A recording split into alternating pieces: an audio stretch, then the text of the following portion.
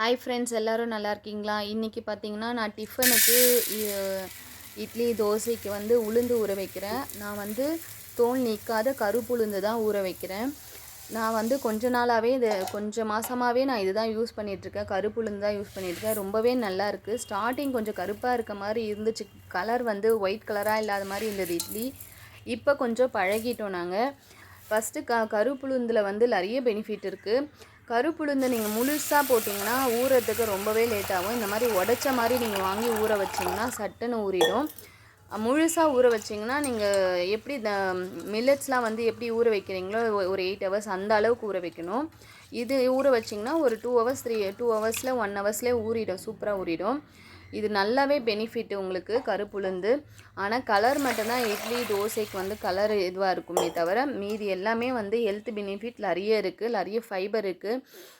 இப்படி தான் நான் வந்து இட்லிக்கு ஊற வைக்கிறேன். சேர்த்து வெந்தயமும் ஊற வச்சுட்டேன், அரிசி ஊற வச்சுட்டேன்.